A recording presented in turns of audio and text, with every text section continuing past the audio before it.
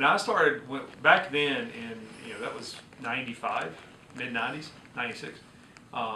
If you had a 4-year degree, you were highly recruited by police departments. Bigger cities like Charlotte, Winston-Salem, Greensboro were coming up to ECU for recruitment, and it was a big push for having educated police officers. And so I was in a really good position to really kind of go anywhere I wanted to go, and was recruited by these agencies. And I remember, I can't remember exactly, I think I was just visiting, it was just a home visit, I was just here at home visiting. And my mom said to me, you owe your hometown police department an interview. And I thought, oh, okay, that's fair. I'd never really had a lot of interaction with HPD other than PD Fowler, who kind of watched out for us when I was coming up.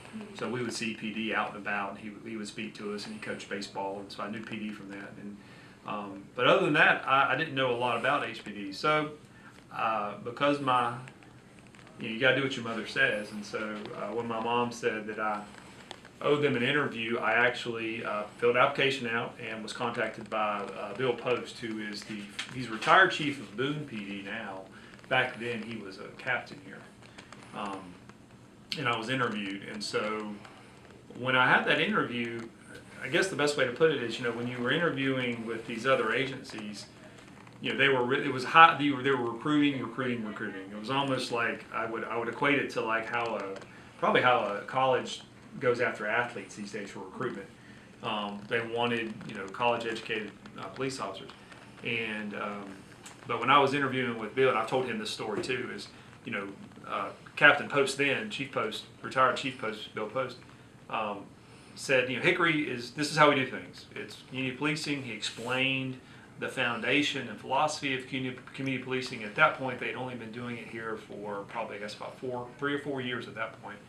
And almost presented it as, you may not be the right fit for us, because we're looking for a specific kind of person to be able to do this job this way.